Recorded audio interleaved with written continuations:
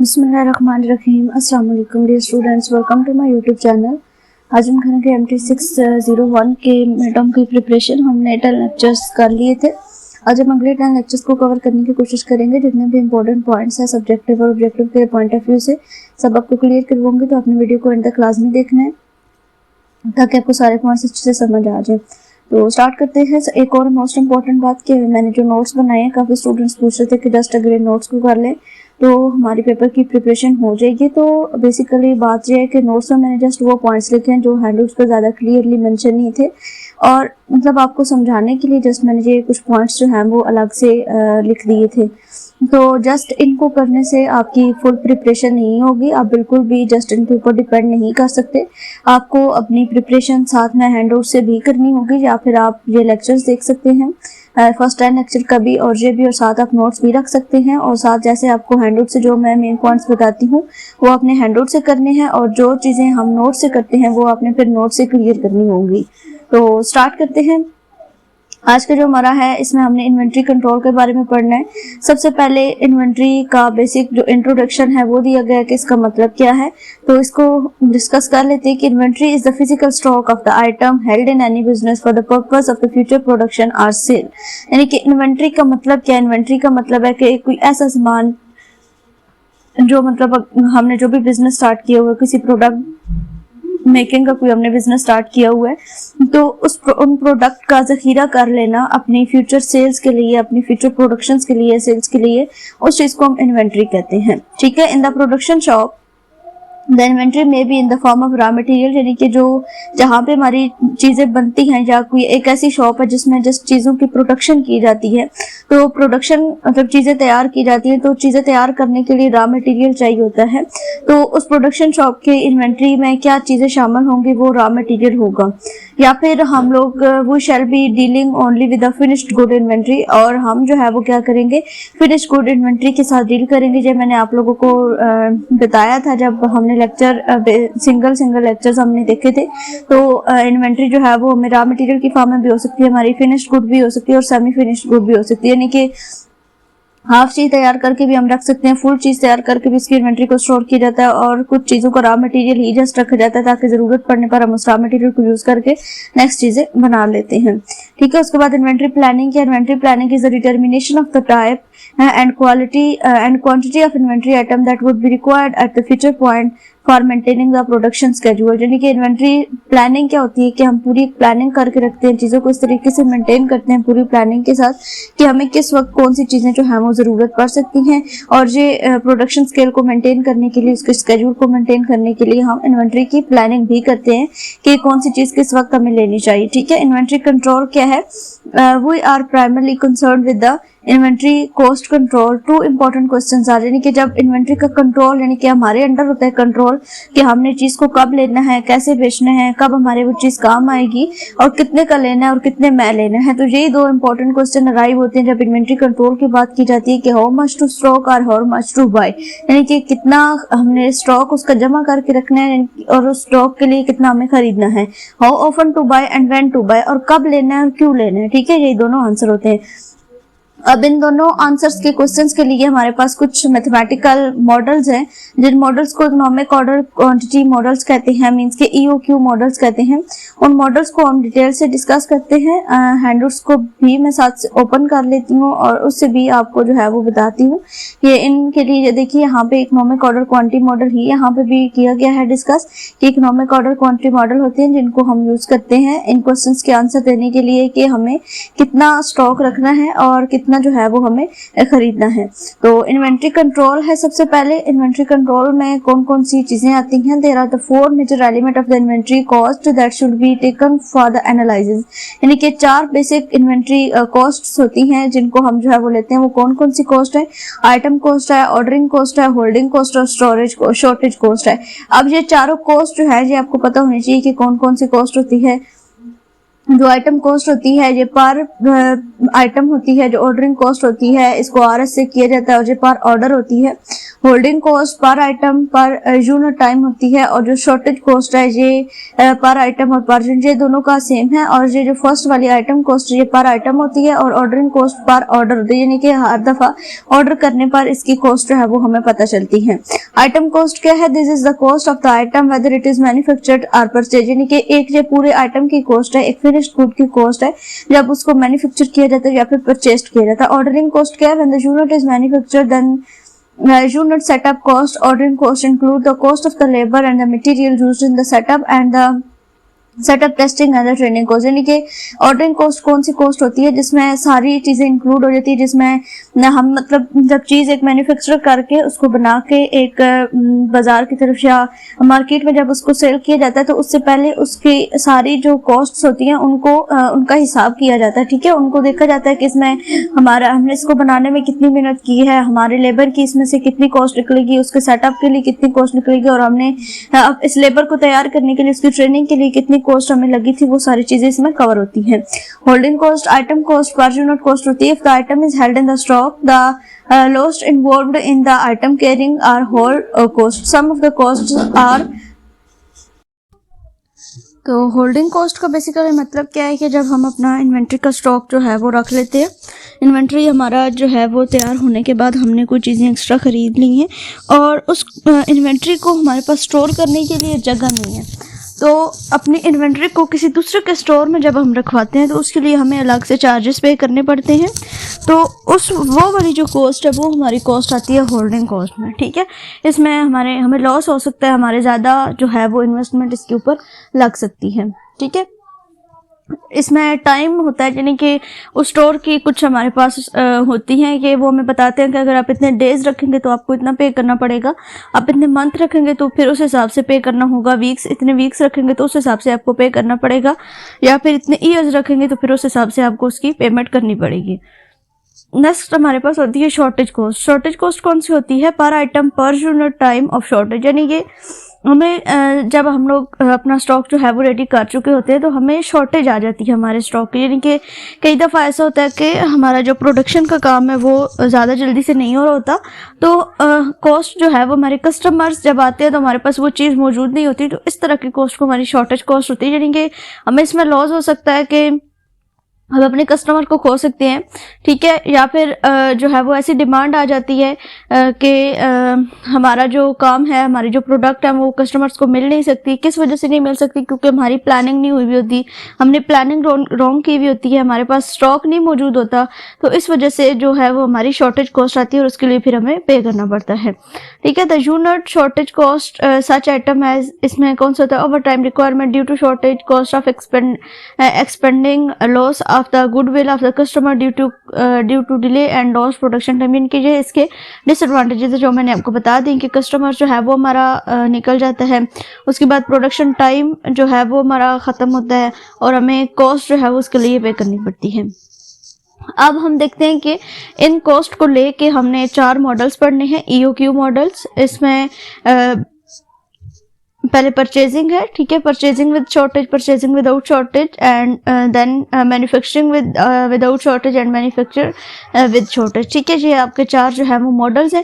Inventory control model can be broadly classified into 2 categories. इसमें भी एक डिटर्मिनिस्टिक इन्वेंट्री प्रॉब्लम होंगे और दूसरे प्रोबेबिलिस्टिक इन्वेंट्री प्लानिंग प्रॉब्लम्स होंगे। ठीक है, डिटर्मिनिस्टिक में क्या होता है? The parameter like demand, ordering, quantity, cost etcetera are already known, यानी कि इसमें हमें पता होता है कि इतनी हमारी डिमांड है तो इतने हमें जो है वो इसका स्टॉक चाहिए, या फिर इतनी चीज़ें हमें एट अ टाइम चाहिए होती हैं और स्टॉक के लिए हमें कितनी चीज़ें पीछे बचा के रखनी है। ठीक है, और इसमें कोई अनसर्टेनिटी अकर नहीं होती, यानी कि कभी ऐसा नहीं होता कि पहले हमारे पास 100 डिमांड्स आती थी तो अब हमारे पास जो है वो 150 या 110 डिमांड आ जाएगी या 101 डिमांड आ जाएगी।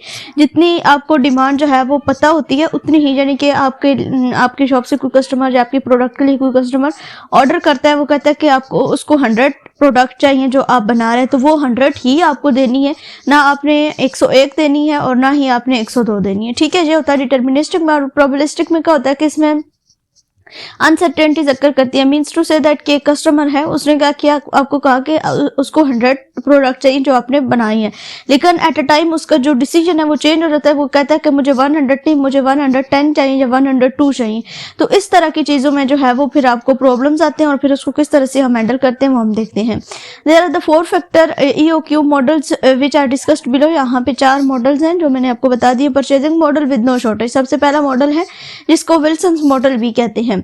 अब इसकी assumption जो है वो क्या है, assumptions for driving the formula for economic order quantity, यानी कि अब इसका जो है वो हम क्या करेंगे, EOQ फार्मूला जो है वो एक ड्राइव करेंगे। सबसे पहले हमारी जो डिमांड है वो कौन सी होती है, कांस्टेंट रेट पे होती है। जब हमारे पास purchasing model with no shortage होगा तो डिमांड हमारी क्या होगी, कांस्टेंट रेट पे होगी। Replacement of item is instantaneous, lead time is 0, the cost coefficient C1 C2 and C3 are constant. ये सारी कॉस्ट जो है वो कांस्टेंट होंगी, यानी कि जितनी आपने फिक्स करके रखी है वही कॉस्ट आपकी चलेंगी। There is no shortage cost और C4, यानी कि जो आपकी शॉर्टेज कॉस्ट है वो उसमें नहीं होगी। यानी कि आपको पता है कि आपको 100 चीज़ें 100 प्रोडक्ट्स प्रोवाइड करनी है तो आप उसको 100 ही प्रोवाइड करेंगे, उसमें आपकी शॉर्टेज कॉस्ट इंक्लूड नहीं होगी। मीन्स टू से दैट के आपकी जो C4 है वो इक्वल टू किसकी होगी, 0 की। हम देख चुके हैं हमारी C1 C2 C3 और C4 सबसे पहले हमने कॉस्ट को ही स्टडी किया है। अब there is also known as the saw tooth model, इस मॉडल को हम सा टूथ मॉडल भी कहते हैं। और इसके अलावा विल्सन मॉडल भी आपके पेपर में है, ये भी मतलब विल्सन का जिक्र भी आ सकता है। तो इन दोनों नाम्स को आपने जो है वो याद रखना है। और इसके अलावा सा टूथ मॉडल भी इस मॉडल को कहते हैं। अब सबसे पहले इसकी जो डेरिवेशन है वो मैंने सॉल्व कर दी हुई है, ये मैंने अपने लेक्चर्स में भी डिस्कस की थी, आप लोगों के साथ शेयर की थी, तो उसको एक दफ़ा फिर से देख लेते हैं। बाकी सब की मैंने डेरिवेशन नहीं की क्योंकि ये इंपॉर्टेंट नहीं है, ये पेपर में ये नहीं आता कि आप फर्स्ट मॉडल की जो है वो सारी डेरिवेशन लिखें। जस्ट आपको बेसिक फार्मूलाज का पता होना चाहिए और उसके न्यूमेरिकल्स को कैसे सॉल्व करना है। The total cost for the time model for one cycle is makeup of the 3 components. इसमें कौन कौन सी कंपोनेंट, आइटम कॉस्ट होती है, सेटअप कॉस्ट होती है, होल्डिंग कॉस्ट होती है। अब आइटम कॉस्ट को कैसे फाइंड किया जाता है, cost of item multiply by number of order पर पीरियड, ठीक है, ये होती है C1Q। आइटम कॉस्ट पर पीरियड को कैसे फाइंड किया जाता है, आपका C1 और Q, यानी कि कॉस्ट ऑफ आइटम को मल्टीप्लाई कर दिया जाता है Q के साथ, तो ये आपकी कॉस्ट आ जाती है, आइटम पर पीरियड कॉस्ट आ जाती है। उसके बाद परचेज कॉस्ट या सेटअप कॉस्ट कौन सी होती है, यानी कि C2, ये ओनली 1 सेटअप पर पीरियड, ये बस C2 के इक्वल ही होती है। C2 हमने देखा कि हमारे पास कॉन्स्टेंट है। उसके बाद आइटम होल्डिंग कॉस्ट को कैसे फाइंड किया जाता है, ये बेसिक फार्मूलाज है, ये आपने याद रखने, तभी मैंने इसको जो है वो फर्स्ट वाले को लिख दी है। इसमें होल्डिंग कॉस्ट आती है मल्टीप्लाई बाय एवरेज इन्वेंट्री पर पीरियड मल्टीप्लाई बाय टाइम पर पीरियड, ये इसका फार्मूला है आइटम होल्डिंग कॉस्ट का। C3Q/2 मल्टीप्लाई बाय T, ये आपका सारे जो आपके है ना मॉडल्स हैं उनमें ये यूज होगा। C3Q/2 मल्टीप्लाई बाय T आपका ये इसका होल्डिंग कॉस्ट का फार्मूला जो है वो आएगा। उसके अलावा टोटल कॉस्ट कौन सी होती है, सारी कॉस्ट को ऐड कर दी जाता है, वो हमारे पास टोटल कॉस्ट आ जाती है। अब यहाँ पे जो इक्वेशन आई है, इस इक्वेशन को सबसे पहले क्या किया है, टाइम पीरियड होता है हमारे पास T is equal to Q/D के इक्वल होता है, यानी कि डिमांड होती है, और ऑर्डर पर पीरियड होता है वो Q/D।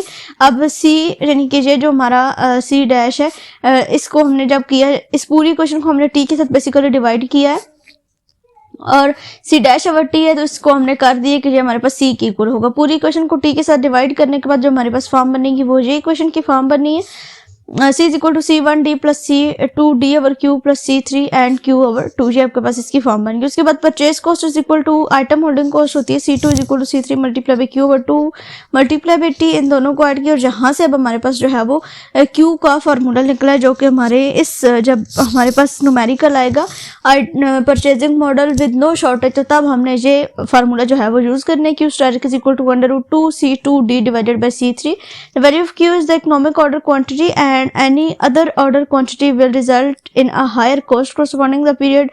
और टाइम पीरियड जो है वो हमारे पास क्या आता है, time period is equal to Q/D के होता है, और number of order in reciprocal होता है टाइम का, N is equal to D over Q। ये दोनों चीजें हमने फाइंड करनी होती है, टाइम पीरियड भी और N भी।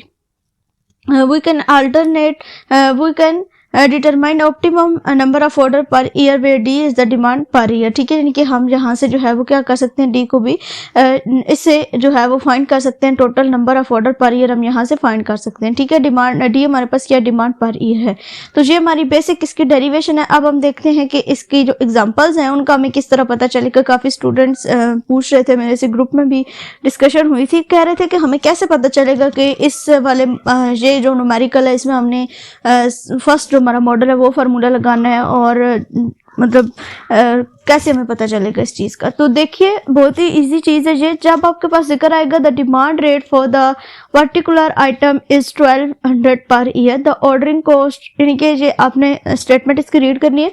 अब देखिए एक तो यहाँ से बात क्लियर हो गई कि आपकी नो शॉर्टेज है।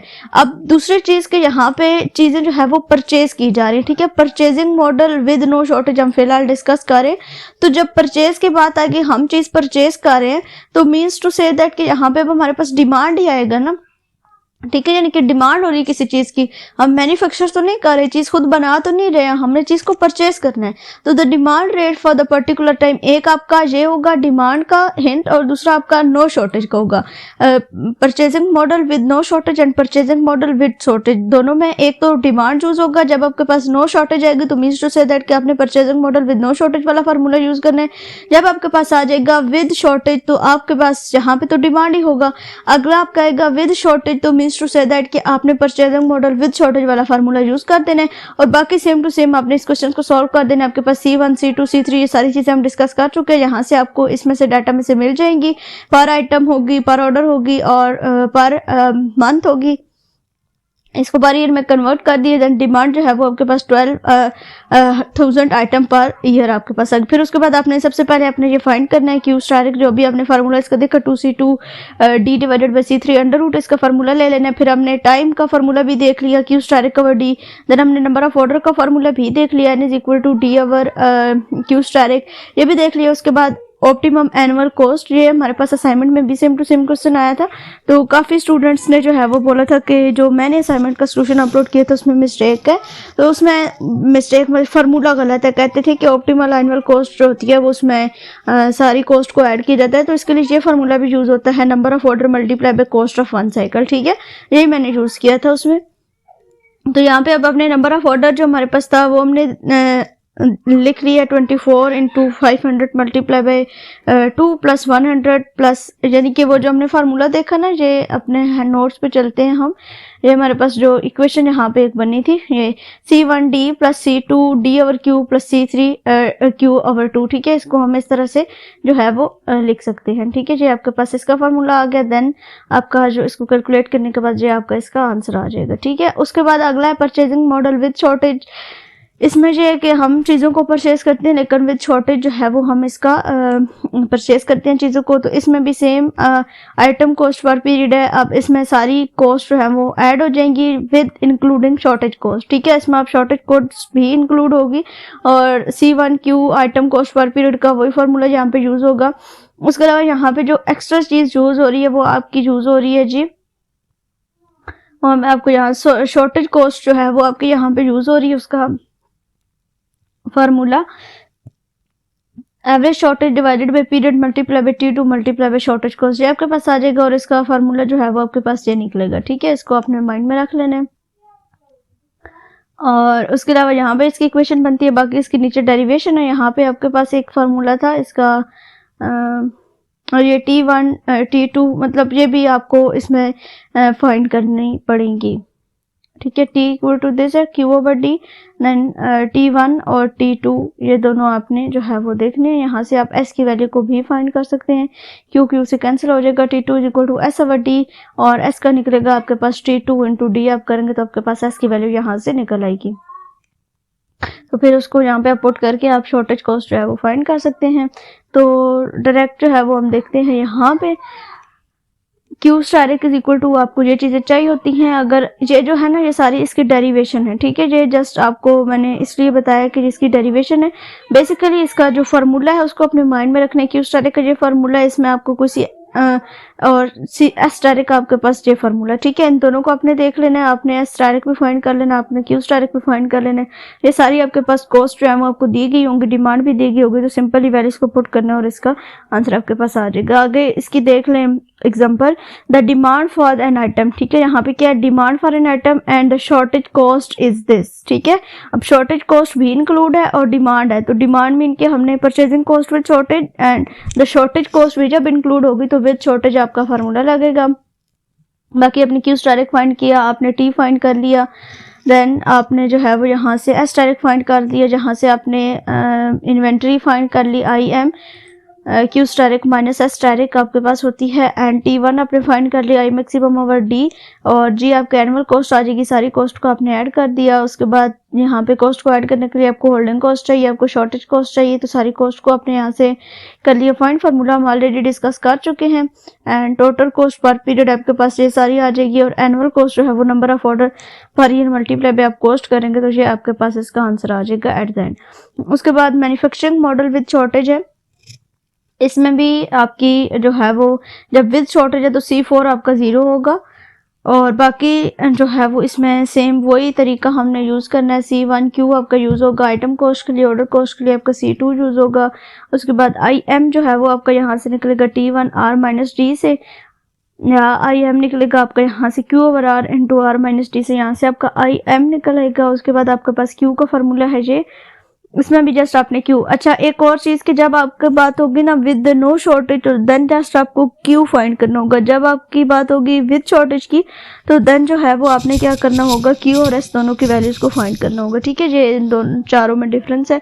इसमें जो एग्जांपल है वो क्या है, the demand for an item in a company is 18,000 unit per year. अब कंपनी की बात हो रही है तो कंपनी मीन्स कि वो क्या करेगी, चीज़ों को प्रोड्यूस करेगी, and the company can produce at the rate of 3,000 per month. The cost of one step is this, और यहाँ से आपने ये सारी the optimum manufacturing ordering cost आपने फाइंड करनी है, देन मैक्सिमम इन्वेंट्री फाइंड करनी है। देखिए अब मैन्युफैक्चरिंग आपके गिवन डाटा में ही आपको पता चल जाएगा कि ये मैन्युफैक्चर की बात हो रही है, तो इट्स मीन कि आपने manufacturing model with no shortage जो है वो आपने यहाँ पे यूज़ करना है। देन मैक्सिमम इन्वेंट्री फाइंड करनी है, time between order, number of order per cycle, the time of manufacture. देखिए फिर से मैन्युफैक्चर की जिक्र आ गया, तो इस तरह से आप इनको देख सकते हैं कि आपका कौन सा न्यूमेरिकल किस चीज़ के लिए यूज़ है। सबसे पहले आपने ये फाइंड कर लिया, Q फाइंड कर लिया आपने, देन अपने इन्वेंट्री फाइंड कर ली, जो फार्मूला मैंने आपको दिखाया Q into R minus D divided by R जे।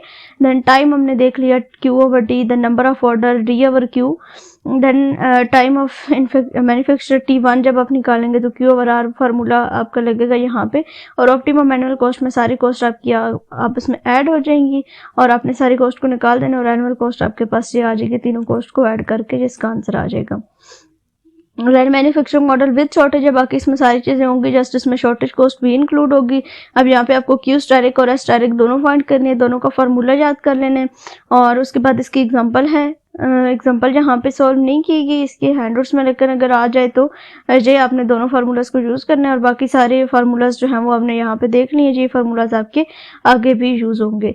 उसके बाद अगला जो हमारा टॉपिक है वो हमारे पास है order quantity with the price break. के प्राइस ब्रेक को यूज़ करते हुए हम देखेंगे कि EOQ मॉडल्स या प्राइस ब्रेक को यूज़ करते हुए हमारे पास किस तरीके से हम इसके, ये जो मैंने नोट्स बनाए हैं इसमें मैंने सारे फार्मूलाज को मेंशन कर दिया था, तो ये नोट्स भी आपको मिल जाएंगे। अगर आपको चाहिए तो आप व्हाट्सएप ग्रुप ज्वाइन कर सकते हैं, वहाँ पे मैं आपको प्रोवाइड कर दूँगी, या आई विल ट्राई कि मैं लिंक भी दे दूँगी डिस्क्रिप्शन में, वहाँ से आप इनको डाउनलोड कर लीजिएगा। ठीक है, तो इसका फार्मूला जो है वो यहाँ पे यूज़ किया गया। EOQ का जो स्टार्टिंग में हमने देखा फार्मूला, वही फार्मूला यहाँ पे लगाया गया है, और यहाँ से जो है वो इसका निकाला गया है। डिफरेंट प्राइसेस रख कर ना, यहाँ पे 2.90 रखी है, फिर यहाँ पे 2.85 रखी है, तो दोनों में काफ़ी डिफरेंस आ रहा है। तो प्राइस ब्रेक जो है वो हमारे पास हमें क्या करती है, हमारे लिए लॉस होता है, हमें डिसएडवांटेजेस होते हैं। हम जो हमारा इकोनॉमिक ऑर्डर क्वांटिटी है उसको यूज़ करते हुए, उसके डिसीजन को यूज़ करते हुए हम ईजिली अपने बिजनेस को मैनेज कर सकते हैं।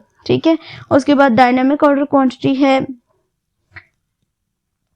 इसमें कुछ इतना खास करने वाला नहीं है, ये मतलब बस इसको बेशक आप स्किप भी कर सकते हैं। ठीक है, उसके बाद ABC एनालिसिस है। ABC analysis same to same वो क्वेश्चन आपके इसमें आते हैं जो आपके थे जी आपके असाइनमेंट में क्वेश्चन था। इसमें आपने क्या करना होता है, इसमें आपने एनुअल यूजेज और रैंकिंग निकालनी थी। एनुअल यूजेज आपका इन दोनों को मल्टीप्लाई करने से आएगा, और रैंक का मतलब होता है कि सबसे हायर टर्म आएगी फर्स्ट पे, उसके आगे 1 आएगा, फिर आपके पास जो दूसरे नंबर पे होगी उसके आगे 2 आएगा, जो आपके पास तीसरे नंबर पे होगी उसके आगे 3 आएगा। फिर आप इस यहाँ से इसकी कम्युलेटिव एनुअल यूजेज निकालते हैं, इनको ऐड करके, यानी कि फर्स्ट वाली सेम रहती है, देन इसको नेक्स्ट में ऐड करते हैं तो आपके पास ये नेक्स्ट इसकी टर्म आ जाती है, देन आप नेक्स्ट वाली टर्म को नेक्स्ट में ऐड करते जाते हैं तो ये सारी टर्म्स आपके पास आ जाती हैं।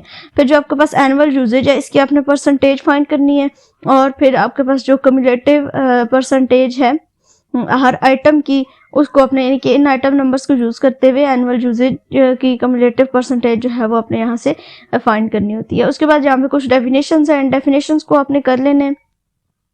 ये हाईलाइट मैंने कर दिया। आपको ये हैंडआउट्स भी मैं ट्राई करूंगी कि लिंक इसका डिस्क्रिप्शन में दे दूं ताकि सबको इजीली मिल जाए, क्योंकि काफ़ी स्टूडेंट्स को ग्रुप ज्वाइन करने में इश्यूज होते हैं, तो वो यहाँ से डाउनलोड कर सकते हैं। सारी चीज़ें इसमें हाईलाइटेड हैं और इसमें इस तरह की कोई चीज़ नहीं है जो डिटेल में फिर से समझाई जाए। बाकी इसमें EOQ मॉडल्स ही सबसे ज़्यादा इम्पोर्टेंट है। और एट द एंड जो है वो आपके पास एक चैप्टर है आपका सिंप्लेक्स मॉडल वाला, उसके लिए आपको लेक्चर देखना पड़ेगा सिंप्लेक्स मॉडल का। उसका लिंक भी मैं आपको आई बटन में दे दूंगी, आप वहाँ से जाके उसको देखिएगा। उसके बाद लीनियर प्रोग्रामिंग है, इसकी जो बेसिक इंपॉर्टेंट चीज़ें हैं वो सारी मैंने हाईलाइट कर दी हुई हैं, ठीक है।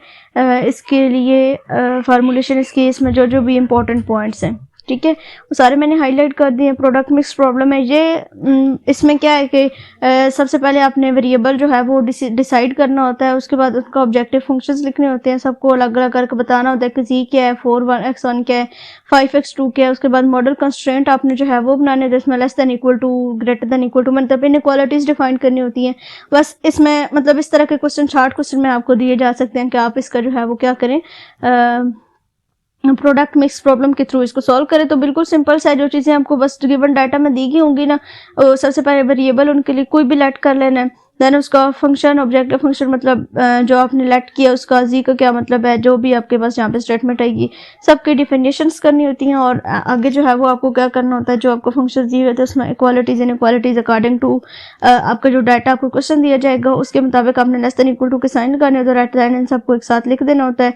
तो आपका ये जो है वो आपके पास प्रोडक्ट मिक्स प्रॉब्लम आ जाता है। और सबसे आखिर पे आपने क्या करना होता है कि इसमें वैल्यूज को पुट करना है, जो भी आप ऑर्डर जो है वो सॉल्यूशंस लें, यहाँ पे x1 और x2 जितने भी आपके मतलब आंसर आएंगे उनकी वैल्यूज को दोनों में पुट करना होता है। जिसकी हायर टर्म आती है वो आपके पास क्या होता है, उसको आप बताते हैं कि ये इससे ज़्यादा इफेक्टिव है, ठीक है। उसके बाद इंग्रेडिएंट मिक्सिंग प्रॉब्लम है, इसमें भी मतलब सेम तरीका वही है, जस्ट यहाँ पे नाम जो है वो चेंज किए गए हैं, वीट्स, ओट्स और राइस चूज़ किए गए हैं।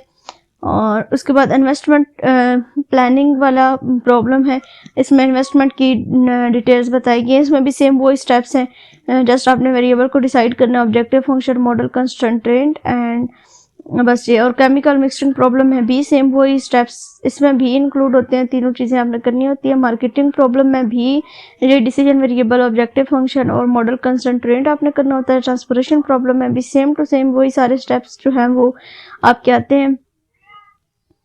और उसके बाद जहाँ पे इसका बेसिक जो फार्मूला है ये आपने देख लेना है। और उसके बाद आगे अगर हम आ जाएं तो लिमिटेशन ऑफ लीनियर प्रोग्रामिंग है, इनके आप बस नाम देख लें, इसमें कोई इतना खास इंपॉर्टेंट चीज़ नहीं। इसकी प्रोपोर्शनलिटी, इसमें एडिटिविटी आती है, डिविजिबिलिटी आती है और डिटर्मिनिस्टिक चीज़ें आती हैं। Solution of linear programming graphical solution होता है LPP का, और उसके अलावा एनालिटिकल सोल्यूशन होता है। तो इन दोनों का ये ग्राफिकली इतना इम्पोर्टेंट नहीं है, क्योंकि इसको जो है वो आप बेशक स्किप भी कर सकते हैं, ठीक है। तो आगे अगर हम आ जाएं तो मोस्ट इम्पॉर्टेंट टॉपिक आपके मिड टर्म के सिलेबस का सिंप्लेक्स मेथड, ठीक है। इसके नोट्स मैंने ऐड कर दिए हैं, इसका लेक्चर का लिंक मैं आपको डिस्क्रिप्शन में दूंगी या फिर आई बटन में दे दूंगी, तो आपने वो चेक कर लेना है और इसको समझ लेना है। ये मोस्ट इम्पॉर्टेंट है, ये आपके नेक्स्ट फाइनल टर्म का जो सिलेबस है उसमें आपको ये चीज़ें काम आएंगी। अगर आप अभी इसको समझ लेंगे तो बहुत ही ईजी भी है, आपका क्वेश्चन भी आ सकता है इसका लॉन्ग में, तो आपने इसको बिल्कुल भी स्किप नहीं करना। किस तरह से हम इसको सॉल्व करते हैं फुल डिटेल के साथ मैंने एक लेक्चर बनाया, तो आप उसको लाजमी देख लीजिएगा। जस्ट 3 लेक्चर्स देखने से आपका सब्जेक्टिव और ऑब्जेक्टिव प्रिपेयर हो जाएंगे। उसके अलावा आपकी जो टिप है इसके लिए, मैथ 601 के लिए आप एक दफ़ा अपने 5 पेपर देखिएगा और उसमें जितने भी क्वेश्चन होंगे या फिर ड्यूरिंग सेमेस्टर जो क्विजेज हुए हैं मिड टर्म आपके जो क्विजेज हुए हैं उनको आप एक दफ़ा देखिएगा, ताकि आपको जो है वो ऑब्जेक्टिव के पॉइंट ऑफ व्यू से भी कोई कन्फ्यूजन ना रहे। तो आई होप सो कि इस लेक्चर से भी आपको काफ़ी हेल्प मिली होगी। तो मिलते हैं अपने अगले लेक्चर में, तब तक के लिए अल्लाह हाफिज़।